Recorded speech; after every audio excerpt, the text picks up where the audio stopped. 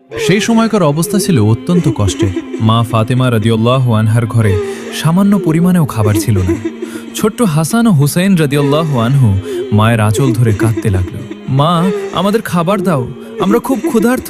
অন্যদিকে একই সময়ে কুলসুমের ঘরে আনন্দ উৎসবের আয়োজন চলছিল। সেখানে বিপুল পরিমাণ খাবার সাজানো হয়েছিল। আরবের বড় বড় ধনী ব্যক্তি, ব্যবসায়ী ও তাদের পরিবার সেখানে অংশগ্রহণ করেছিল। সে মহা দাওয়াতে প্রিয় নবী সাল্লাল্লাহু আলাইহি ওয়াসাল্লাম ও কুলসুমের বাড়িতে উপস্থিত হয়েছিলেন। তারপর কুলসুম নবী করিম সাল্লাল্লাহু আলাইহি ওয়াসাল্লামকে সালাম দিয়ে বললেন, হে আল্লাহর প্রেরিত রাসূল, হে আমার পিতা, আপনি এসেছেন, আমি অনেক খুশি হয়েছি, আপনি এখানে বসুন। আমরা অনেকেই জানি, আবার অনেকেই জানি না, কুলসুম ছিলেন ধন সম্পত্তির দিক থেকে অনেকটাই স্বাবলম্বী। পক্ষান্তরে মা ফাতেমা ছিলেন অত্যন্ত গরিব, কিন্তু অত্যন্ত গরিব হলেও তিনি দিন প্রচার এবং ঈমান আমলের দিক থেকে ছিলেন অটল। কেনই বা থাকবেন না? মা ফাতেমা হলেন জান্নাতের সর্দারিনী। তিনি জান্নাতুল ফেরদাউসে সকল জান্নাতি নারীদের প্রতিনিধিত্ব করবেন। কুলসুমের বাড়িতেই বিভিন্ন রকমের খাবারের আয়োজন হতে লাগল। মহানবী সাল্লাল্লাহু আলাইহি ওয়াসাল্লাম বললেন, মা কুলসুম, তুমি তো সবাইকে এখানে আমন্ত্রণ জানিয়েছ, সবাইকেই আমি দেখতে পাচ্ছি। শহরের বিভিন্ন লোক এখানে এসেছে তোমার মেজবানে অংশগ্রহণ করার জন্য।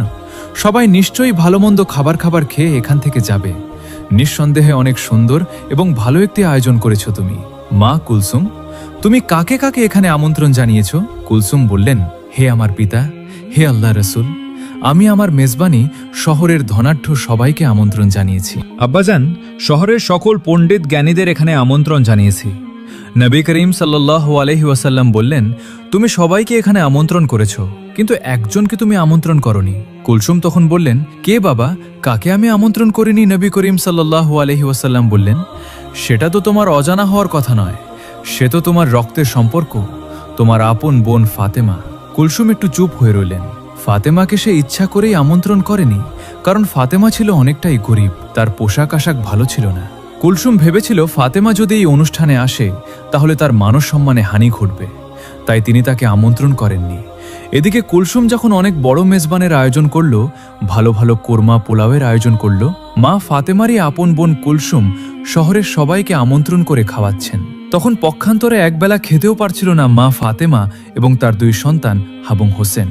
ক্ষুধার জ্বালায় কাতরাচ্ছিল এবং তারা বলছিল, মা আমাদের খুবই ক্ষুধা লেগেছে, আমরা আর ক্ষুধার জ্বালা সহ্য করতে পারছি না, তুমি আমাদেরকে কিছু খাবার দাও। মা ফাতেমার চোখ থেকে অজস্র ধারায় পানি ঝরছিল এবং তিনি আল্লাহর কাছে বলছিলেন, হে আল্লাহ, আমার ঘরে তো কোনো খাবার নেই, কোনো দিরহামও নেই, এই মাসুম বাচ্চার মুখে আমি কি তুলে দিব এখন? আমি না হয় ক্ষুধার জ্বালা সহ্য করতে পারছি, কিন্তু এই মাসুম বাচ্চা দুটো ক্ষুধার জ্বালা সহ্য করতে পারছে না। মা ফাতেমার কান্নায় আল্লাহর আরশ কেঁপে উঠল। হায় আল্লাহ, আপন বোনের বাসায় কোনো খাবার নেই। হাসান হোসেন একবেলা ক্ষুধার জ্বালায় কাতরাচ্ছে। তখনই মা ফাতেমার আপন বোন কুলসুমের বাড়িতে ভালো ভালো রান্না করা হচ্ছে, ভালো ভালো খাবারের আয়োজন করা হচ্ছে।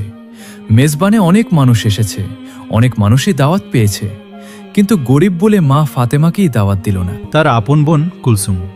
নবী করিম সাল্লাল্লাহু আলাইহি ওয়াসাল্লাম কুলসুমকে বললেন, সে তোমার আপন বোন, এখানে সবাই যেহেতু এসেছে তারও আসার প্রয়োজন ছিল, তোমার তাকে আমন্ত্রণ করা উচিত ছিল। কুলসুম মহানবী সাল্লাল্লাহু আলাইহি সাল্লামকে খাবার খেতে বসার জন্য অনুরোধ করলেন এবং সে এড়িয়ে গিয়ে অন্যদিকে চলে গেলেন। সবাই খাবার খেতে বসে গেল এবং খাবার চুলা থেকে উঠাতে লাগলো। কুলসুম সবকিছু তদারকি করতে লাগলেন। নবী করিম সাল্লাল্লাহু আলাইহি ওয়াসাল্লাম দুঃখ ভারাক্রান্ত মন নিয়ে দাঁড়িয়ে রইলেন। সে কি করে সেখান থেকে খাবার গ্রহণ করবেন? তার সব থেকে আদরের মেয়ে মা ফাতেমা সেখানে আসেনি। তার কলিজার টুকরা নাতি হাসান হোসেন ক্ষুধার জ্বালায় কাতরাচ্ছিল। হায় আল্লাহ, এই নিদারুণ অসহায়ত্ব দেখে নবী করিম সাল্লাল্লাহু আলাইহি ওয়াসাল্লামের মনেও অনেকটাই কষ্ট লাগলো। তারপর মা ফাতেমার কাছে যখন হাসান হোসেন ক্ষুধার জ্বালায় চিৎকার করছিল, মা ফাতেমা কোন উপায় না পেয়ে শুধু চূড়াতে গরম পানি ফোটাতে লাগলেন এবং হাসান হোসেনকে বললেন, এই তো বাবা, একটু পরেই খাবার হয়ে যাবে, তোমরা যাও পাহাড়ের কাছে গিয়ে খেলা করো, আমি রান্না হলেই তোমাদেরকে ডাকবো। আসলে চুলায় তো কোনো খাবারই ছিল না, শুধুই গরম পানি দিয়ে ফোটাচ্ছিলেন মা ফাতেমা, কারণ ছেলেদের তো কিছু একটা বোঝাতে হবে। তার ঘরে যে কোনো খাবার নেই, সে শুধুই এই অবস্থা দেখছিলেন এবং তার চোখ থেকে অজস্র ধারায় পানি ঝরছিল। পক্ষান্তরে তার আপন বোনেরের বাসায় অনেক ধরনের খাবারের আয়োজন হতে লাগলো। তারপর সবাইকে খাবারের জন্য যখন কুলসুম খাবারের পাত্রের কাছে গেলেন, তিনি সেই ঘটনা দেখে অবাক হয়ে রইলেন। কারণ তিনি যখন খাবারের পাত্রের কাছে গিয়ে খাবারের ঢাকনা একে একে ওপরে তুললেন, তিনি দেখলেন সকল খাবারই রান্না করা ভালো ভালো খাবার। পোলাও, কোরমা, মাংস সবকিছু পাথর হয়ে গিয়েছে। তিনি বললেন, হায় আল্লাহ, এ কি করে সম্ভব? এ কি করে হলো? একটু আগেই তো সকল খাবার রান্না করা হয়েছিল।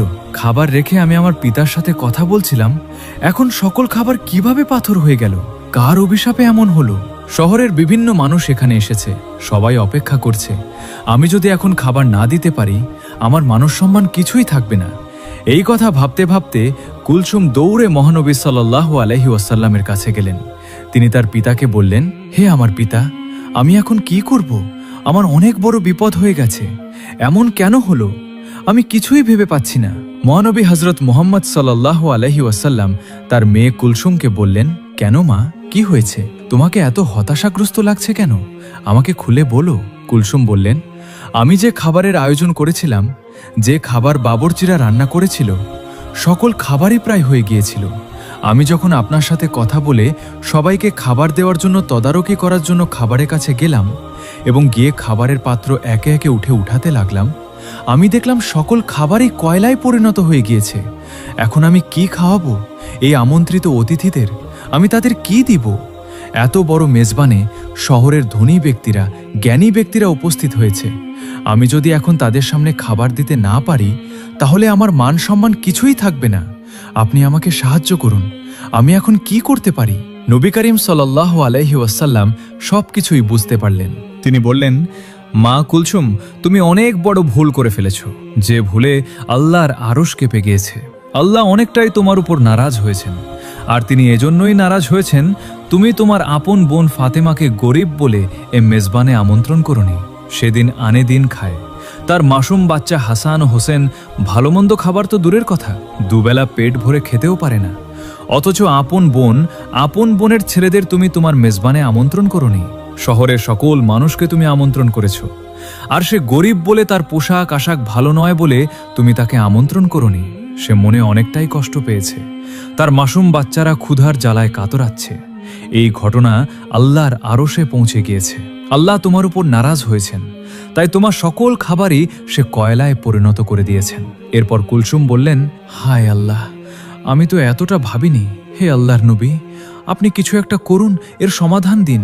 নবী করিম সাল্লাল্লাহু আলাইহি ওয়াসাল্লাম বললেন, এর উপায় একমাত্র মা ফাতেমার কাছেই আছে। তিনিই পারেন সকল সমস্যার সমাধান করতে। নিশ্চয়ই তার ইচ্ছায় আল্লাহ রাব্বুল আলামিন এই সমস্যার সমাধান করে দিতে পারেন। তখন কুলসুম দৌড়াতে দৌড়াতে মা ফাতেমার বাড়িতে পৌঁছে গেলেন। সেখানে গিয়ে তিনি মা ফাতেমাকে ডাক দিলেন। মা ফাতেমা বাড়ি থেকে বের হয়ে আসলেন এবং বললেন, হে আমার বোন, তোমাকে এতটা হতাশাগ্রস্ত দেখাচ্ছে কেন? এই অসময়ে আমার বাড়িতে কেন? আজ তো তোমার বাড়িতে অনেক বড় খাবারের আয়োজন, অনেক বড় মেজবানের আয়োজন করেছো তুমি। কুলসুম কান্না করে বললেন, হে আমার বোন, আমাকে তুমি ক্ষমা করে দাও। আমার মেজবানে আমি সবাইকে আমন্ত্রণ করেছি, তোমাকে আমি আমন্ত্রণ করিনি। আমি অনেক বড় ভুল করে ফেলেছি। মা ফাতেমা বললেন, না না, ঠিক আছে, আমি নিতান্তই গরিব মানুষ। শহরের ধনী মানুষেরা তোমার আমন্ত্রণে এসেছে। আমি ওখানে গেলে তোমার মানসম্মানের হানি হতে পারে, এটা আমি বুঝতে পেরেছি। তোমার উপর আমার কোনোই রাগ নেই। তখন কুলসুম বললেন, এখন এসব কথা বলার সময় নয়, তুমি আমাকে ক্ষমা করে দিও। তোমাকে আমি আমন্ত্রণ করিনি, বিধায় মহান আল্লাহ রাব্বুল আলামিন আমার উপর নারাজ হয়েছেন। আমি যখনই সবাইকে খাবার দিতে যাব, তখন দেখি আমার সকল খাবারই কয়লায় পরিণত হয়ে গিয়েছে। তুমি এখনই সেখানে চলো। আমার পিতা নবী করিম সাল্লাল্লাহু আলাইহি ওয়াসাল্লামও সেখানে রয়েছেন।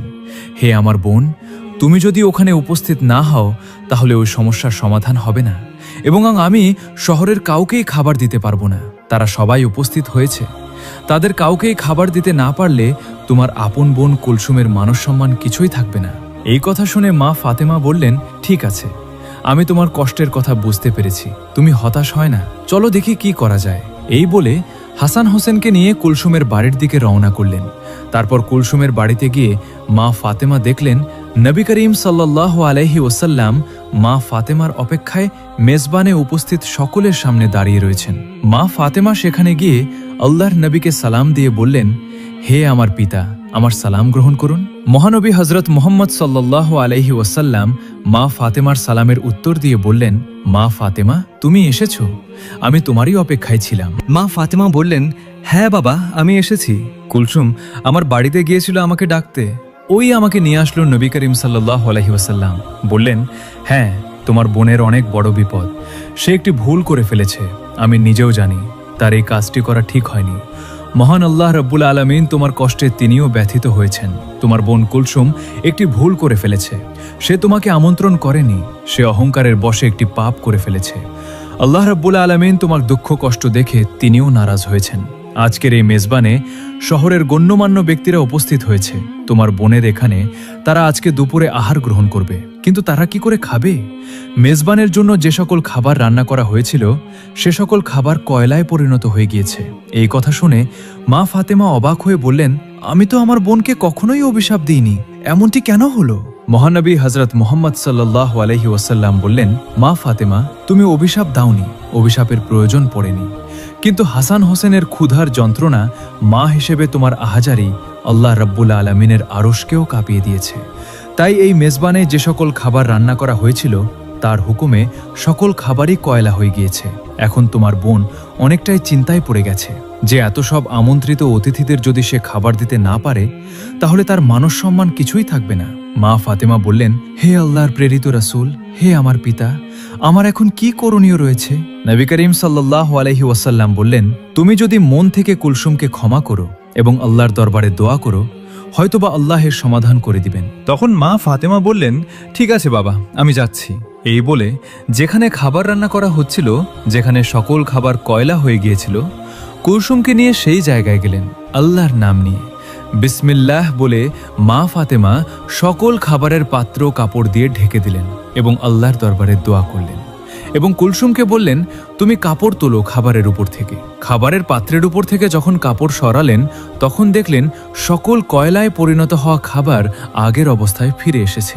কুলসুম আল্লাহর দরবারে শুকরিয়া আদায় করলেন, মা ফাতেমাও আল্লাহর দরবারে শুকরিয়া আদায় করলেন। কিছুদিন ধরে মা ফাতেমা অত্যন্ত অসুস্থ ছিলেন, সে বিছানা থেকে ঠিকমতো উঠতে পারছিল না। অন্যদিকে বাড়িতে 3 দিন যাবৎ কোনো খাবার ছিল না। খাবার না খেয়ে ও অসুস্থতার কারণে হজরত ফাতেমা রাদিয়াল্লাহু তাআলা আনহা অত্যন্ত দুর্বল হয়ে পড়লেন। শেরে খোদা হজরত আলী রাদিয়াল্লাহু তাআলা আনহুর হাতে তখন এমন কোনো অর্থ কড়িও ছিল না যার মাধ্যমে তিনি খাবার ক্রয় করে আনতে পারবেন। 3 দিন অতিবাহিত হওয়ার পর হজরত ফাতেমা রাদিয়াল্লাহু তাআলা আনহা হজরত আলী রাদিয়াল্লাহু তাআলা আনহুর হাতে একটি কাপড় দিয়ে বললেন, হে আমার প্রিয় স্বামী, আপনার হয়তো মনে আছে আব্বাজান হজরত মুহাম্মদ সাল্লাল্লাহু আলাইহি ওয়াসাল্লাম আমাদের বিয়ের সময় এই কাপড়টি আমাকে হাদিয়াত স্বরূপ দিয়েছিলেন। এটি অত্যন্ত বরকতময় একটি কাপড়। আমার মনে চাচ্ছে না যে এই কাপড়টি আমি বিক্রি করে দেই, কিন্তু তারপরেও যেহেতু আমাদের ঘরে আজ 3 দিন যাবৎ কোনো খাবার নেই, তাই আপনাকে এই বরকতময় কাপড়টি আমি দিচ্ছি। আপনি এটিকে বাজারে বিক্রি করে এর মূল্য দিয়ে কিছু খাবার খরিদ করে নিয়ে আসুন। হজরত আলী রাদিয়াল্লাহু তাআলা আনহু ফাতিমা রাদিয়াল্লাহু তাআলা আনহার কাছ থেকে সেই কাপড়টি নিয়ে বাজারের দিকে রওনা করলেন। তিনি কাপড়টি নিয়ে বাজারের দিকে পৌঁছালেন এবং সেটিকে বিক্রি করার জন্য অনেক ক্রেতাকে দেখালেন, কিন্তু কাপড়টি অত্যন্ত পুরনো হয় সেটি ক্রয় করার জন্য কোনো ক্রেতাই আগ্রহ দেখাচ্ছিল না। এই কারণে হজরত আলী রাদিয়াল্লাহু তাআলা আনহু একেবারেই নিরাশ হয়ে পড়লেন। তখন তিনি আল্লাহ রাব্বুল আলামিনের দরবারে ফরিয়াদ করলেন, হে আল্লাহ রাব্বুল আলামিন, এই কাপড়টি অত্যন্ত পুরাতন, তাই এটি ক্রয় করার জন্য কোনো ক্রেতাই আগ্রহ দেখাচ্ছে না। আজ 3 দিন যাবৎ নবীজির মেয়ে হজরত ফাতেমা রাদিয়াল্লাহু তাআলা আনহা এবং হাসান ও হোসেন না খেয়ে আছে। হে রাব্বুল আলামিন, আজকে যদি এই কাপড়টি আমি বাজারে বিক্রি না করে এর মূল্য দিয়ে বাড়িতে না নিয়ে যেতে পারি, তাহলে আজকেও তারা না খেয়ে থাকবে। আপনি এই কাপড়টি বিক্রয় করার জন্য একজন ক্রেতার ব্যবস্থা করে দিন। শেরে খোদা হজরত আলী রাদিয়াল্লাহু তাআলা আনহুর এই দোয়ার পরেই একজন ক্রেতা আগমন করল এবং সে তাকে প্রশ্ন করল, আলী, তুমি কি এই কাপড়টি বিক্রি করতে চাও? হজরত আলী বললেন, জনাব, আমি তো বিক্রি করার জন্যই এটিকে বাজারে নিয়ে এসেছি। তখন লোকটি বলল, কি পরিমাণ অর্থ দিলে তুমি এই কাপড়টি বিক্রি করবে? শেরে খোদা হজরত আলী জানতেন এই কাপড়টি অত্যন্ত পুরাতন, এর মূল্য সর্বোচ্চ 1 দিরহাম বা 2 দিরহাম হতে পারে। তাই তিনি কোনো দাম না চেয়ে বললেন, জনাব, আপনার যা মর্জি তাই প্রদান করুন, আমি নিজ থেকে কাপড়টির কোনো দাম চাচ্ছি না। তখন সেই ক্রেতা বলল, আমি 6 দিরহাম দিয়ে এই কাপড়টি ক্রয় করতে চাই। তুমি কি বিক্রি করতে রাজি আছো? তখন আলী রাদিয়াল্লাহু তাআলা আনহু অত্যন্ত খুশি হয়ে রাজি হয়ে গেলেন এবং বললেন, জনাব, আপনি আমাকে 6 দিরহাম দিয়ে এই কাপড়টি ক্রয় করতে পারেন। অতঃপর ক্রেতা হযরত আলী রাদিয়াল্লাহু তাআলা আনহুকে 6 দিরহাম দিল এবং হযরত আলী রাদিয়াল্লাহু তাআলা আনহু ক্রেতাকে তার কাপড়টি হস্তান্তর করলেন। ওইদিকে আল্লাহ রাব্বুল আলামিনের একদল ফেরেশতা অন্য একদল ফেরেশতাকে বলতে লাগলো, নবী করিম সাল্লাল্লাহু আলাইহি ওয়াসাল্লামের সাহাবীগণ অত্যন্ত দানশীল, তারা সুখে দুঃখে সব অবস্থাতেই দান করে থাকে। তখন ফেরেশতাদের অপর একটি দল বলল, আল্লাহর নবীর সাহাবীরা দান করে এটা ঠিক কথা, কিন্তু তারা সুখে দুঃখে সবসময় দান করে না। যদি তাদের হাতে কোনো কিছু থাকে তাহলেই তারা দান করে, এবং তাদের হাতে থাকা যা জিনিসটির প্রয়োজন যদি তাদের নিজেদেরই থাকে তখন তারা সেই জিনিসটি দান করে না। ফেরেশতাদের এই ঝগড়ার সমাধান করতে আল্লাহ রাব্বুল আলামিন তাদেরকে বললেন, হে আমার ফেরেশতারা, তোমরা পরস্পরের মাঝে ঝগড়া করিও না। এই বিষয়টি পরীক্ষা করার জন্য শেরেরে খোদা হযরত আলীর কাছে চলে যাও। সে 6 দিরহাম দিয়ে একটি কাপড় বিক্রি করেছে, আর এই 6 দিরহাম তার অত্যন্ত প্রয়োজন। তোমরা আলীর কাছে গিয়ে সেই 6টি দিরহাম চাও, দেখো সে তোমাদেরকে দেয় কিনা, আর এর মাধ্যমে তোমাদের ঝগড়া সমাধানও হয়ে যাবে। আল্লাহ রাব্বুল আলামিনের পক্ষ থেকে এই নির্দেশ লাভের পর একজন ফেরেশতা ফকির বেশে হযরত আলী রাদিয়াল্লাহু তাআলা আনহুর কাছে আগমন করলেন। হযরত আলী রাদিয়াল্লাহু তাআলা আনহু সেই 6 দিরহাম দিয়ে খাবার ক্রয় করতে যাচ্ছিলেন। ইতিমধ্যে সেই ফকির বেশধারী ফেরেশতা তাকে বললেন, হে আল্লাহর বান্দা, আজ কয়েকদিন যাবৎ আমি না খেয়ে আছি। দীর্ঘদিন যাবৎ না খেয়ে থাকার কারণে আমার শরীরে সামান্যতম নড়াচড়া করার শক্তি নেই। আমি আল্লাহর ওয়াস্তে তোমার কাছে কিছু ফরিয়াদ করছি। যদি তোমার নিকট কোনো অর্থকড়ি থাকে দয়া করে আমাকে সেগুলো দান করো, যাতে সেই অর্থ দিয়ে আমি খাবার ক্রয় করে খেতে পারি এবং আমার ক্ষুধার জ্বালা নিবারণ করতে পারি। ফকিরের মুখে এসব কথা শুনে হযরত আলী রাদিয়াল্লাহু তাআলা আনহু ভাবতে লাগলেন, হে আল্লাহ, আজ 3 দিন যাবৎ আমার স্ত্রী ও সন্তান না খেয়ে আছে। 3 দিন পরে আমার স্ত্রী ফাতেমা আমাকে একটি কাপড় বিক্রি করতে দিলেন। কথা ছিল সে কাপড় বিক্রি করে তার অর্থ দিয়ে আমি তাদের জন্য খাবার ক্রয় করে নিয়ে যাব, কিন্তু আল্লাহর এক অসহায় বান্দা আমার কাছে ভিক্ষা প্রার্থনা করছেন। এখন আমি কি করব? আমি আমার স্ত্রী ও সন্তানদের জন্য খাবার ক্রয় করে নিয়ে যাব, নাকি এই ভিক্ষুককে অর্থগুলি দান করে দেব? সর্বশেষে তিনি সিদ্ধান্ত নিলেন যে ভিক্ষুককে এই অর্থগুলি দিয়ে দান করে দিবেন। অতঃপর তিনি মনে মনে ভাবতে লাগলেন, আল্লাহই আমার উত্তম অভিভাবক, এই ভিক্ষুককে আমি এই 6 দিরহাম দান করে দিই। তখন তিনি সেই 6 দিরহাম ভিক্ষুককে দান করে দিলেন। এরপর তিনি অত্যন্ত চিন্তিত ও পেরেশান মনে সামনে চলতে লাগলেন। ইতিমধ্যে দেখা গেল এক ব্যক্তি হযরত আলী রাদিয়াল্লাহু তাআলা আনহুর কাছে একটি লাল ঘোড়া নিয়ে আসলো এবং সে তাকে বলল, হে হযরত আলী রাদিয়াল্লাহু তাআলা আনহু, আপনি কি আমার কাছ থেকে এই লাল ঘোড়াটি ক্রয় করতে চাচ্ছেন? হযরত আলী বললেন, জনাব, আমি কিভাবে আপনার কাছ থেকে এই ঘোড়াটি ক্রয় করব? আমার হাতে কোনো অর্থকড়িও নেই। তখন সেই ব্যক্তি বলল, হে আলী, আমি বাকিতে আপনার কাছে এই ঘোড়াটি বিক্রি করব।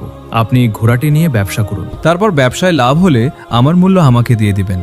হযরত আলী রাদিয়াল্লাহু তাআলা আনহু তখন ভাবলেন, যেহেতু আমার কাছে বাকিতে এই ঘোড়াটি বিক্রি করতে চাচ্ছেন, তাহলে তা নিতে আমার সমস্যা কোথায়? অতঃপর হযরত আলী রাদিয়াল্লাহু তাআলা আনহু বললেন, আপনি কত দিরহামের বিনিময়ে এই ঘোড়াটি বিক্রি করবেন? সে ব্যক্তি বলল, আমি 100 দিরহামের বিনিময়ে এই ঘোড়াটি আপনার কাছে বিক্রি করলাম। হযরত আলী রাদিয়াল্লাহু তাআলা আনহু 100 দিরহামের বিনিময়ে সেই ঘোড়াটি তার কাছ থেকে ক্রয় করলেন। এরপর ঘোড়াটি বিক্রি করার জন্য বাজারে নিয়ে গেলেন।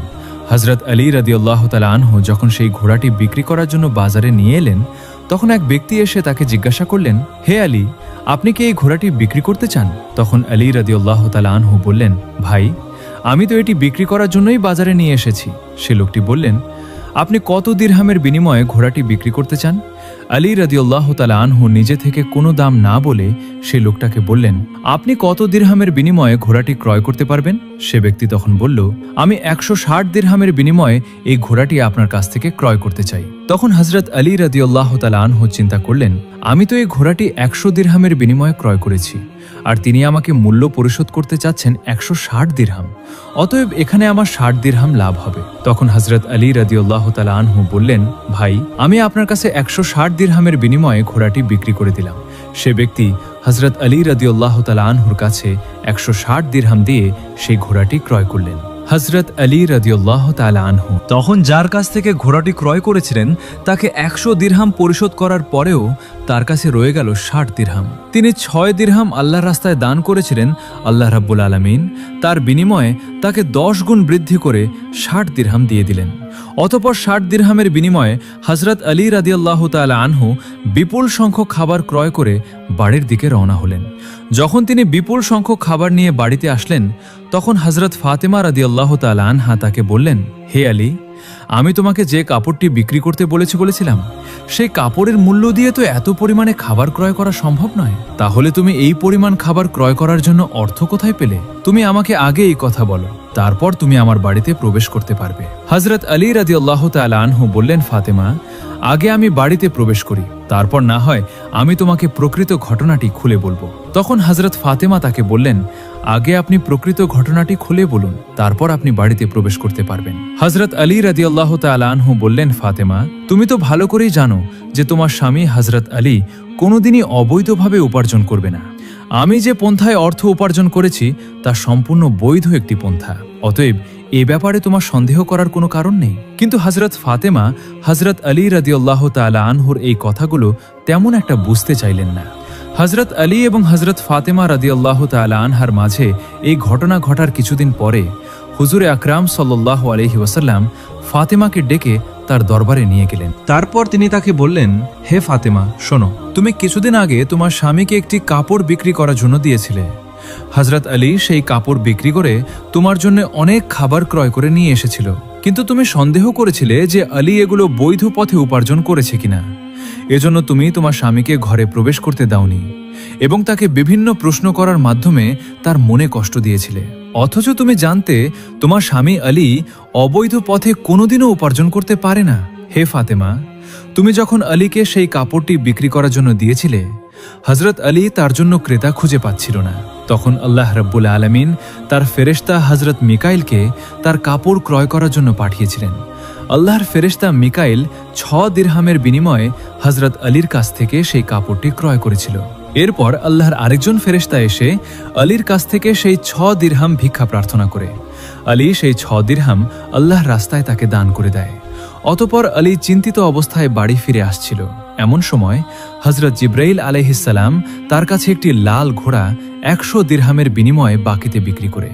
আলী সেই ঘোড়াটিকে নিয়ে বাজারে যায় এবং হযরত ইসরাফিল আলাইহিস সালাম তাকে 160 দিরহামের বিনিময়ে তার কাছ থেকে সেই ঘোড়াটি ক্রয় করে। আল্লাহ রাব্বুল আলামিন আলীকে 6 দিরহাম দানের বিনিময়ে 10 গুণ বৃদ্ধি করে 60 দিরহাম প্রদান করেন এবং সেই অর্থগুলি দিয়ে আলী প্রচুর পরিমাণে খাবার ক্রয় করে তোমার জন্য নিয়ে গিয়েছিল। হে ফাতেমা, শুনে রাখো, যে কাপড়টি হযরত আলী বিক্রি করেছিল, আল্লাহ রাব্বুল আলামিন সেই কাপড়টি জান্নাতে সংরক্ষণ করে রেখেছেন এবং যে ঘোড়াটি দিয়ে আলী ব্যবসা করেছিল, সেই ঘোড়াটিকেও আল্লাহ রাব্বুল আলামিন জান্নাতে সংরক্ষণ করে রেখেছেন। কাল কিয়ামতের দিন যখন তুমি জান্নাতে প্রবেশ করবে, তখন তুমি সেই ঘোড়ার উপরে থাকবে এবং সেই কাপড়টি হবে ঘোড়ার লাগাম, আর সেই লাগামটা ধরে থাকবে উক্ত কাঠুরিয়ার স্ত্রী। লাগামটি ধরে থাকার কারণে সে তোমার আগেই জান্নাতে প্রবেশ করবে এবং তুমি তারপরে জান্নাতে প্রবেশ করবে। কাঠুরিয়ার স্ত্রীর অতুলনীয় স্বামী ভক্তিই হলো তার এই মর্যাদা প্রাপ্তির একমাত্র কারণ। প্রিয় দর্শক, এই ভিডিওটি কে কোনো জেলা থেকে দেখছেন তা অবশ্যই কমেন্টে করে জানাবেন এবং এর পরবর্তী ভিডিও কার জীবনী নিয়ে শুনতে চান সেটিও আমাদের কমেন্ট বক্সে জানাতে পারেন। আর আপনাদের যদি নবী ও রসুলদের কাহিনী শুনতে ভালো লাগে, তাহলে অবশ্যই আমার এই ছোট্ট চ্যানেলটিকে সাবস্ক্রাইব করে পাশে থাকবেন। তো দেখা হচ্ছে পরবর্তী ভিডিওতে। সে পর্যন্ত আল্লাহ তাআলা আপনাদের সকলকেই ভালো রাখুন, সুস্থ রাখুন। আমিন।